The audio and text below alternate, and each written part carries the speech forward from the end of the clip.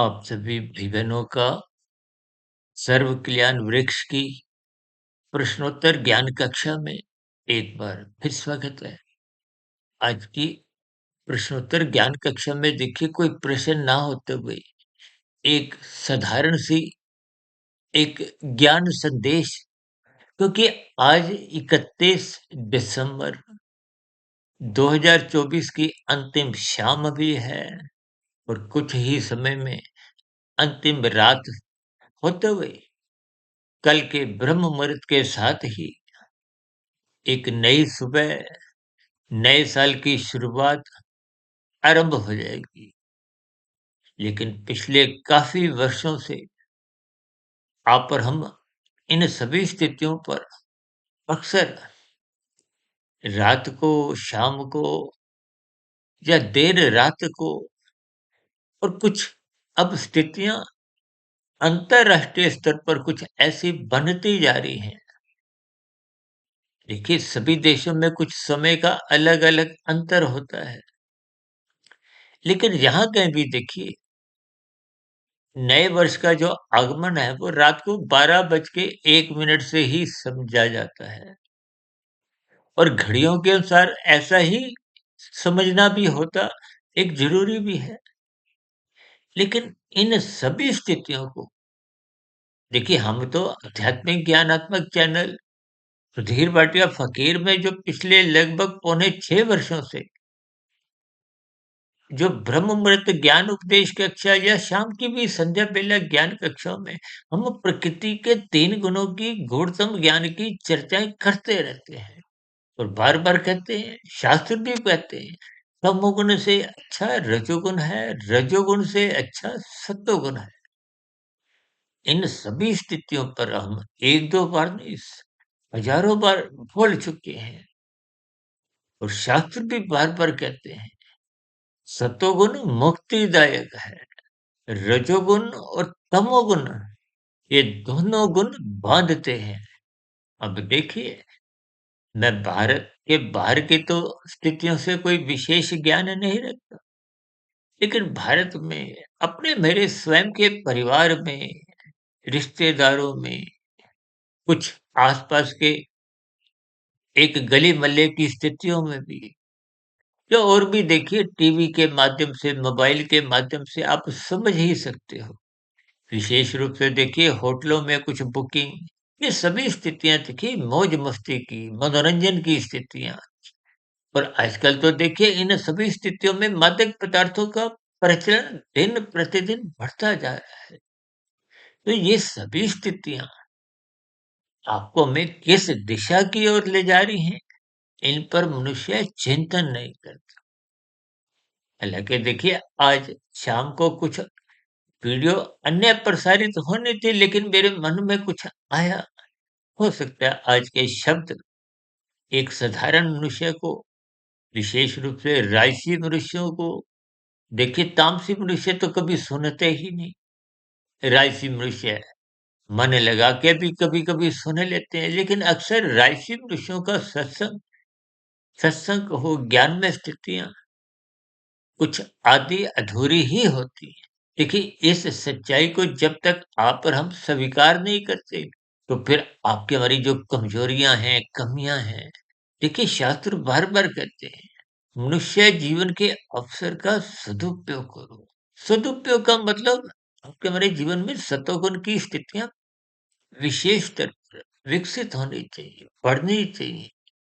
तो बार-बार कहते हैं, पहले तो अपने स्थूल शरीर को स्वस्थ रखो, फिर अपने सूक्ष्म शरीर, मन बुद्धि के स्तर पर सात्विकता बनाओ।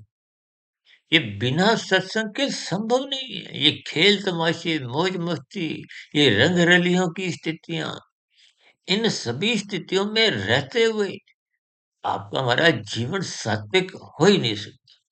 देखिए जब जब रजोगुण बिगड़ता है, देखिए वर्तमान समय कुछ बिगड़ने की ही स्थितियां आप और हम समझ सकते हैं।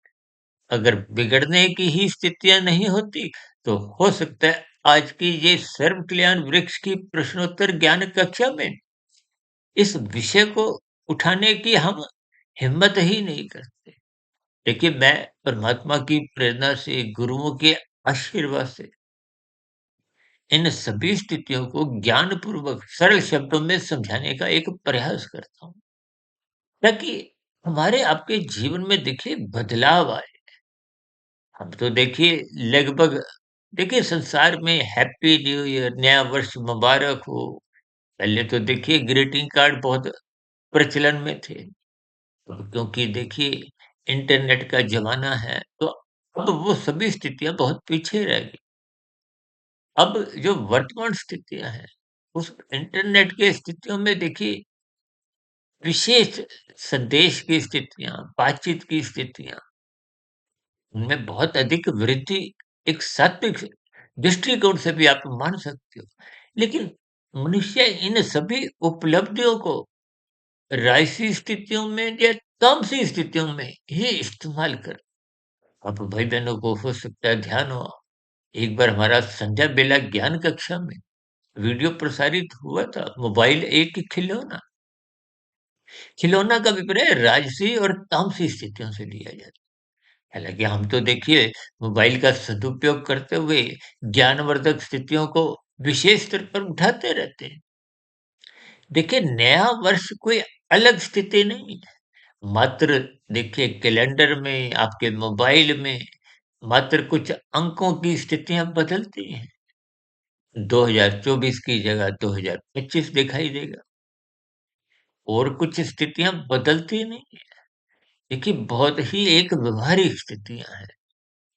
आप रात को जहाँ सोते हो, उसी स्थान से ही आप उठते हो। जहाँ आपकी हमारी देखिए एक मृत्यु होती है, हो सकता है एक मृत्यु शब्द आज के दिन मनुष्य सुनना पसंद नहीं करे, लेकिन उदाहरण के रूप में आपको मैं बात समझनी चाहिए। देखिए, आपका हमारा मिला हुआ जीवन स्थूल शरीर के स्तर पर जहाँ समाप्त होता है, मृत्यु होती है, तो अगला जन्म का जो आधार है, देखिए एक बार हमने बहुत बड़ा वीडियो प्रसारित किया था, मनुष्य के मरने के बाद का अगला जन्म, जो लगभग पौने 3 घंटे का था। देखिए, इन सभी स्थितियों को आपको मैं ज्ञानपूर्वक समझना है। हम तो बार-बार कहते हैं, मृत्यु को एक ज्ञानपूर्वक स्वीकार करना चाहिए।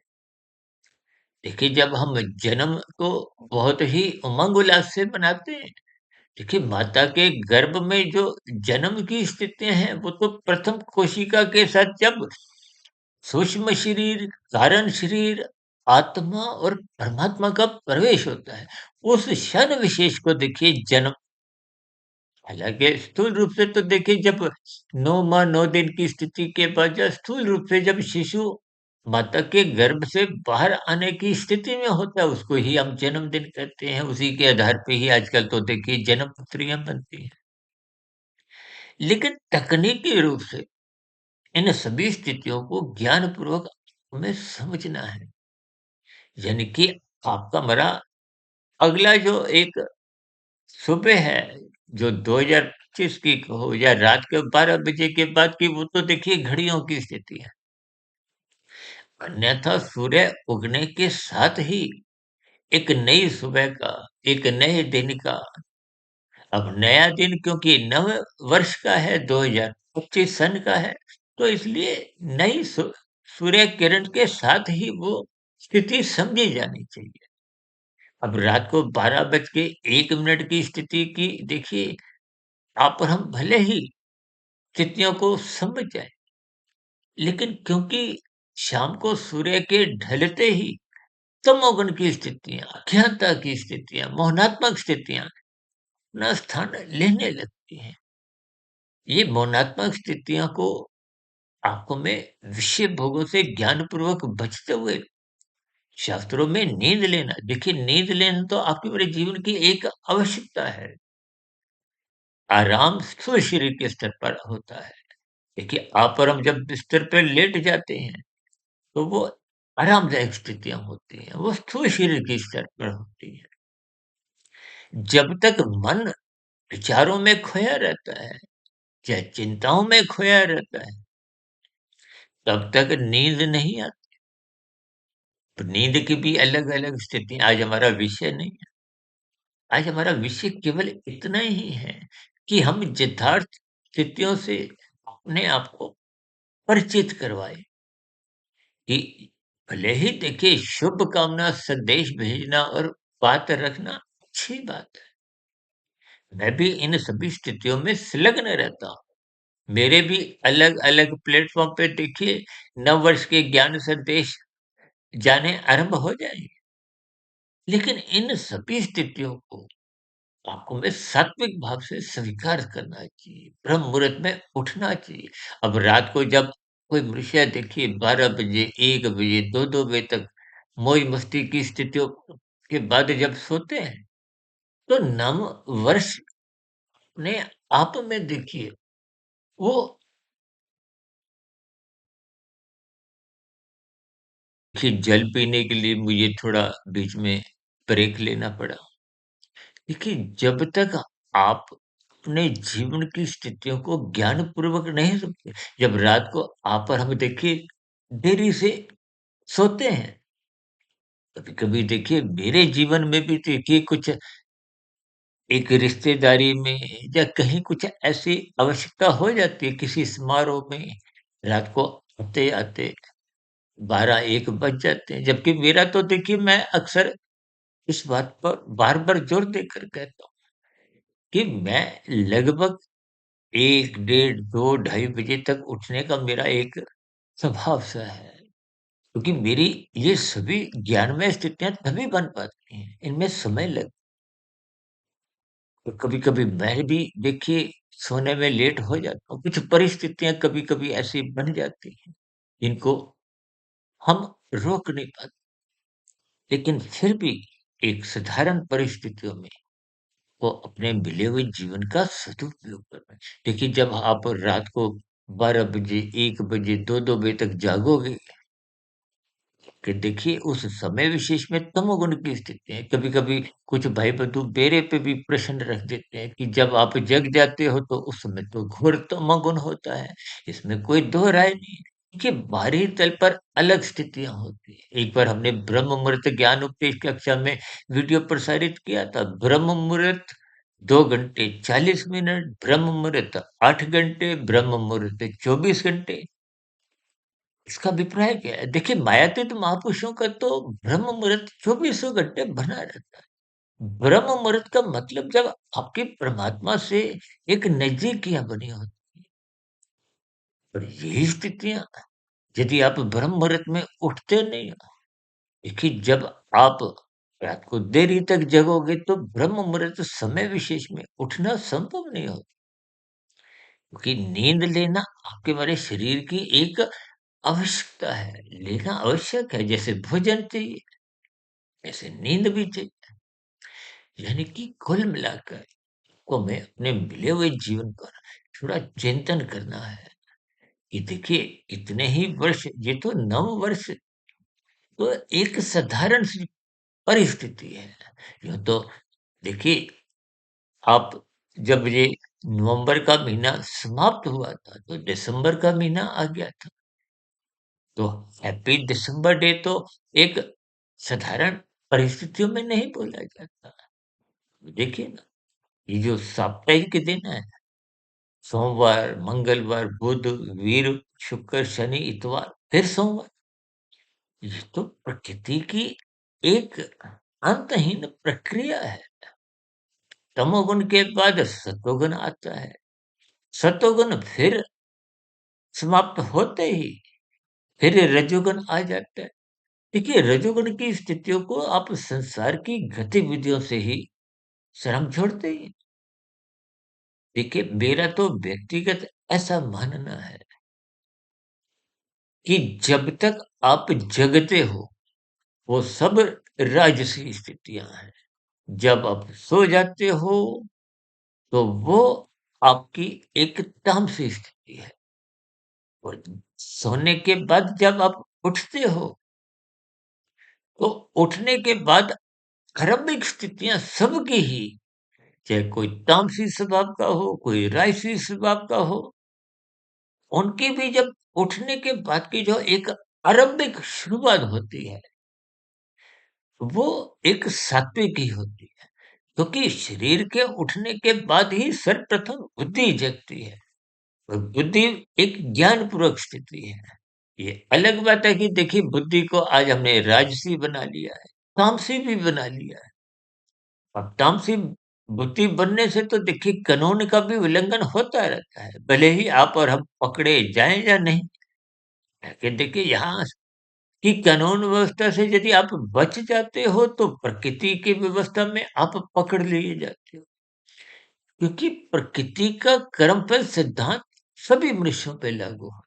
आप और हम बच नहीं सकते। हम तो बार-बार अपनी चर्चाओं में उदाहरण देते हुए समझाते हैं, लाल बत्ती पे रुको, यातायात नियमों का पालन करो, सरकारी आदेशों का, कानूनों का भी पालन करो।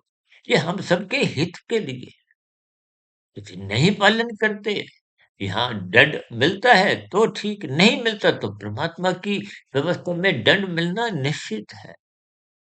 इसीलिए शास्त्रों में भी देखिए वेदों में आरंभिक ज्ञान में जो आपके मेरे जीवन के दिशा निर्देश समझाए गए हैं कि ये करो ये मत करो। अब ये बात आपको हमें समझनी है। मनुष्य जीवन के महत्व में भी यदि इन स्थितियों को आप और हम पढ़ते नहीं, जिन्होंने पढ़ रखी है उनसे सुनते नहीं, शास्त्रों का स्वाध्याय करते नहीं, ये मौज मस्ती की राशि स्थितियां भी ये लगभग समय की बर्बादी है।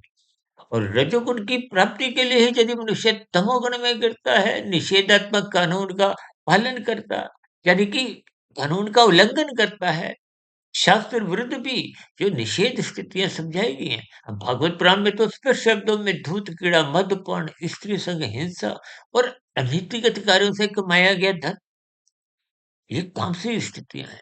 इनमें गिरते ही मनुष्य कितने पाप कर्म करता है तब मनुष्य को बोध नहीं रहता और मनुष्य नववश बनाने की स्थितियों में तो इन सभी स्थितियों में कम अधिक संलग्न होने लगता है, गिरने लगता है। यानी कि मनुष्य इन सभी स्थितियों में जब जीता है तो उसका ब्रह्म मुहूर्त छूट जाता है, उसका धर्म कमजोर होने लगता है, उसके जीवन में अनुशासन बन नहीं पाता। इन सभी स्थितियों पर देखिए आपको ज्ञानपूर्वक चिंतन करते हुए जहाँ-जहाँ आपके मेरे जीवन की कमजोरियाँ हैं, कमियाँ हैं, बुराइयाँ हैं, उन पर चिंतन करिए। कमरा मिला हुआ जीवन निरंतर छोटा होता जा रहा है। इन सभी स्थितियों को जब तक आप ज्ञानपूर्वक नहीं लेंगे, तब तक आपके हमारे जीवन में देखिए भौतिक स्तर पर बेशक अस्थायी रूप से कुछ आपको में उपलब्धियाँ प्राप्त भी हो जाएँ, सुख-सुविधा के साधन प्रचुर मात्रा में मिल भी जाएँ। लेकिन आध्यात्मिक स्तर पर, कार्यशील के स्तर पर, कर्माशय की स्थितियाँ, संस्कारों की स्थितियाँ बिगड़ने से हमारा बड़ा भविष्य बिगड़ जाता है। इन सभी स्थितियों पर आप सकारात्मक भाव से चिंतन करें।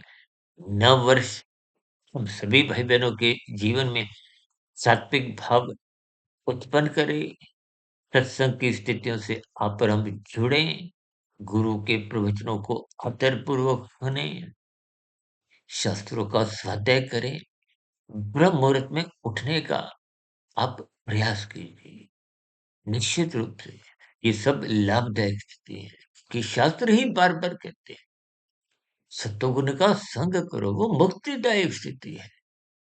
सत्वगुण का यदि आप संग नहीं करते, रजोगुण और तमोगुण में ही छलांगे लगाते हैं, तो ये आपके हमारे जीवन की कोई उन्नति नहीं है। इन सभी स्थितियों पर आप विज्ञानपूर्वक चिंतन करें।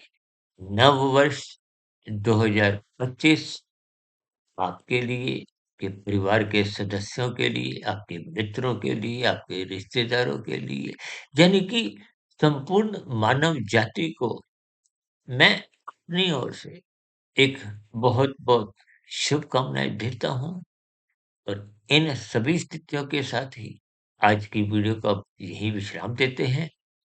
कल फिर मिलेंगे ब्रह्म मुहूर्त ज्ञान उपदेश कक्षा में। तब तक आप सुधीर भाटिया फकीर को इजाज़त दें। फिर भी वीडियो के कुछ शब्दों में को कुछ बुरा लगा हो तो उसके लिए मैं क्षमा चाहता हूँ।